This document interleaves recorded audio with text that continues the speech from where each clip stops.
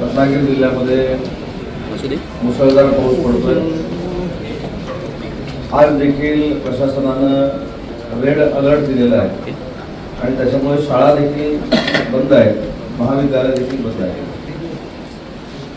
कालच आपल्याला माहिती असेल की दुर्दैवानं रात्री 10 वाजता खेड तालुक्यातील दहिवली इथं डोंगरच शिफ्ट झाला आणि त्याच्याखाली 3 व्यक्ती अडकलेल्या होत्या। त्याच्यामध्ये एका व्यक्तीला सुरक्षित बाहेर काढण्यामध्ये प्रशासनाला आणि NDRFला यश आलं आणि दोन्ही जे अजून आपण अपेक्षा करू की त्यांना देखील तशाच पद्धतीनं जिवंत आपल्याला बाहेर काढता येईल। परंतु NDRFनं जी मगाशी मला माहिती दिली की ती शक्यता फारच कमी आहे, परंतु ते अजून आपल्याला दोन्ही व्यक्ती सापडलेले नाही।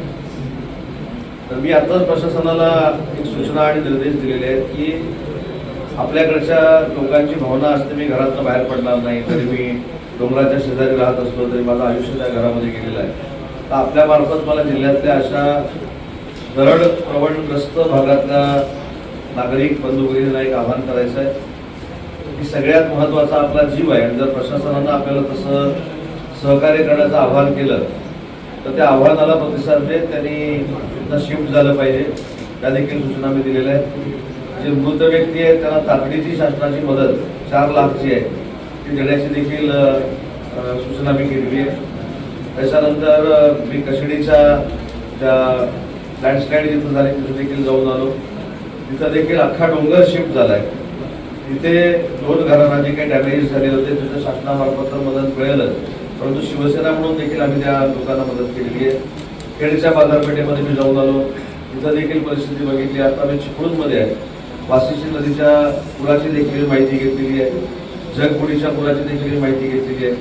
समाधानकारक एवढंच आहे या नद्यांचा गाळ काढल्यामुळं जी पूर्वी पाण्याची पातळी शहरांमध्ये प्रचंड पद्धतीनं वाढत होती ती आता कमी व्हायला मदत झालेली आहे। पूर्ण परिस्थिती ही अतिशय नियंत्रणाखाली आहे। आमचे सगळे अधिकारी अतिशय जीव ओतून या संपूर्ण प्रक्रियेमध्ये लोकांबरोबर काम करत आहेत, नागरिकांचं देखील सहकार्य मिळत आहे। भविष्यामध्ये देखील 2-3 दिवस मुसळधार पाऊस पडेल अशी शक्यता आहे आणि त्या शक्यतेनुसार कोणालाही जीवितहानी होऊ नये आणि वित्तीय हानी होऊ नये यासाठी सतर्क राहावं याच उद्देशानं आज या चिपळूणच्या बैठकीचं मी आयोजन केलं होतं। लँडस्लाईडचं कारणच शोधणं गरजेचं आहे, कारण कशेडी घाटामध्ये लँडस्लाईड झाली असं आपण दरड कोसळली असं आपण अनेक वेळा दाखवलं आहे। काल मी देखील बघितलं, पण आज मी व्हिजिट केल्यानंतर माझ्या लक्षात आलं घाटामध्ये कुठेही दरड कोसळलेली नाही। सपाट जो रस्ता आहे त्या सपाट रस्त्यापासून जवळजवळ डाव्या बाजूला 150 ते 200 मीटरवर डोंगर आहे, तो डोंगरच शिफ्ट आहे आणि डोंगर शिफ्ट होऊन रस्त्यावर आलेला आहे। त्यामुळे याची कारणं काय ही शोधावी लागतील आणि त्याचा पाठपुरावा मी नक्की करतो। चिपळूणच्या भागाच्या संदर्भात यावेळेला रेझोल्युशन चालू नव्हतं, पाणी याच्या वेगाने शहरामध्ये आपण जो भाग काढला त्या नदीच्या बाजूला अनेक ठिकाणी 5 ते 6 इंचापर्यंत डंप होण्याचा हा कारण विजुअलमध्ये मोठ्या प्रमाणात पाणी मी अनेक वेळा सांगतो की टेक्निकली दृष्ट्या चिपळूणचे सगळे नागरिक आणि विशेषतः सगळे पत्रकार हे आमच्या देशात प्रगल्भ आहेत, त्याच्याबद्दल तो मदत करण्याचं काही कारणच नाही। परंतु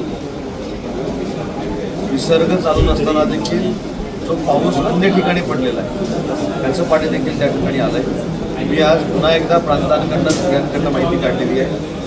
आपल्याला पूर्वी जे अपेक्षित होतं की एवढं पाणी वर चढेल किंवा त्याच्यापासून धोका निर्माण होईल अशी परिस्थिती आता चिपळूणमध्ये राहिलेली नाही।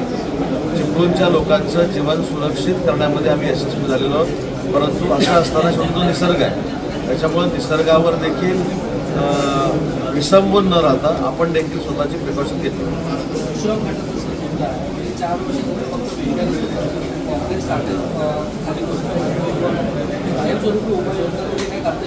मी स्वतः आता परशुराम घाटावर पोहोचून आलो, कदाचित मला असं वाटेल की प्रत्येक त्याला तुम्हाला क्रॉस करतो। माझी विनंती आहे की तुम्ही तिथे एक थोडी जर व्हिजिट केली आता 2 दिवसामध्ये तर त्यांनी कशा पद्धतीने एक वेगळी टेक्नॉलॉजी वापरलेली आहे हे देखील आपल्याला लक्षात येईल।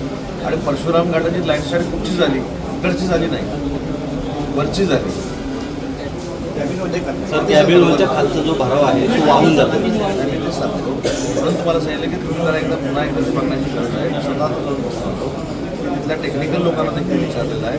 त्याच्यावर उपाययोजना कॉन्क्रीटची वॉल बांधणं हे देखील मला माहिती आहे, परंतु हे सगळे पैसे जेव्हा मंजूर होतील त्यावेळी आपण करू. परंतु आता त्यांनी प्रिकॉशन म्हणून अनेक उपाययोजना 2 दिवसात केल्या आहेत, त्या देखील बघणं आपण गरजेचं आहे.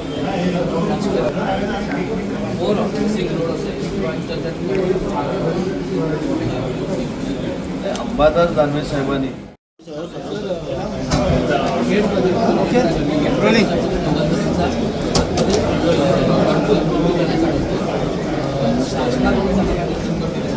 मी सकाळीच ज्या ठिकाणी ही घटना घडलेली आहे दहिवलीमध्ये शेलारवाडी त्या ठिकाणी सुद्धा भेट दिली. 3 व्यक्ती या काढल्या गेल्या होत्या. त्याच्यातल्या एका महिलेला बाहेर काढण्यामध्ये NDRF यशस्वी झालेला आहे. 2 ज्या व्यक्ती काढल्या गेलेल्या आहेत, ईश्वराकडे आपण प्रार्थना करू की त्या जिवंत असल्या पाहिजेत, परंतु NDRFनं ती शंका असं नाही असं त्यांनी सांगितलेलं आहे. आणि भरपूर तास आता होऊन गेलेले आहेत. आणि त्या जर मृत झाली असतील त्यांना तातडीनं नैसर्गिक आपत्तीसाठी ते 4 लाख रुपये आपण देतो ते देण्याच्या सूचना मी दिलेल्या आहेत. कशेडी घाटामध्ये ज्या घरांचं नुकसान झालं होतं त्या घरांना शासन तर निधी उपलब्ध करून देईलच, परंतु शिवसेनेमार्फत देखील आम्ही मदत केलेली आहे. खेडच्या बाजारपेठेला देखील मी भेट दिलेली आहे. आणि आत्ता मी चिपळूणमध्ये आहे. आता सगळी जिल्ह्यातली परिस्थिती नियंत्रणात आली आहे. पाऊस कमी झालेला आहे. भविष्यात जास्त पाऊस जर आला तर यंत्रणा सतर्क आहे. ते अधिकार देखील प्रार्थना आहेत ना. जसं आपण अलर्ट मोडवर काही गोष्टी करतोय तसं प्रार्थना अलर्ट मोडवर ते देखील कार्यक्रम करून टाकावा. कालच्या पावसामध्ये चिपळूणमध्ये जे वाशिष्ठीच्या वरती पात्राबाहेर पाणी आलं होतं ते भविष्यात चिपळूणसाठी धोक्याचं नाही, कारण अवजलचं पाणी न सोडता सुद्धा पाणी वरती आलं होतं. उपाययोजना म्हणजे खरं तर तुम्हीच मला सांगितलं पाहिजे की या 3 वर्षामध्ये एवढा पाऊस पडून सुद्धा पूर्वीची जी पाण्याची पातळी होती ती चिपळूणच्या पाण्याला ओलांडली का? त्याचं उत्तर तुम्ही काही जरी म्हटलं तरी नाही असं.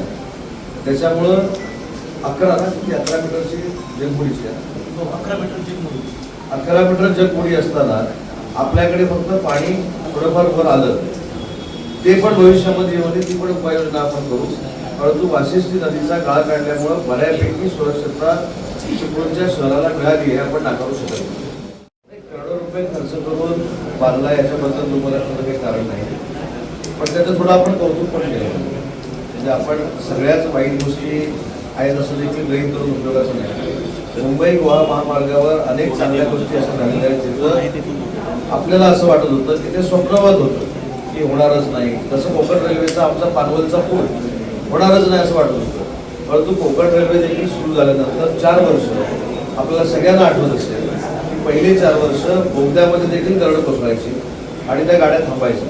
त्याच्यामुळं कुठेतरी पाण्याचा प्रश्न असेल, कुठेतरी नैसर्गिक आपत्ती असेल म्हणून या गोष्टी घडतायत. त्याचं समर्थन मी अजिबात करत नाही. याच सगळ्या गोष्टीसाठी परवा मी नितीन गडकरी साहेबांची भेट घेतलेली आहे. परंतु नैसर्गिक आपत्तीच्या पुढं कोणाचंच काही चालत नाही, परंतु ती भविष्यामध्ये जरी आली तरी आपलं काही डॅमेज होणार नाही अशा पद्धतीनं आपण काम करू. साहेब पूरी टीम को ले आओ, जो इक्विपमेंट लेने के लिए रोक रखे हैं उन्हीं को रोको, बाकी ऊपर ले आओ.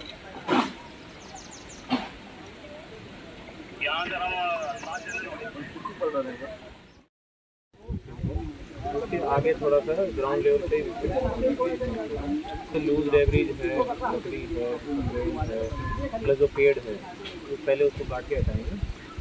फिर हम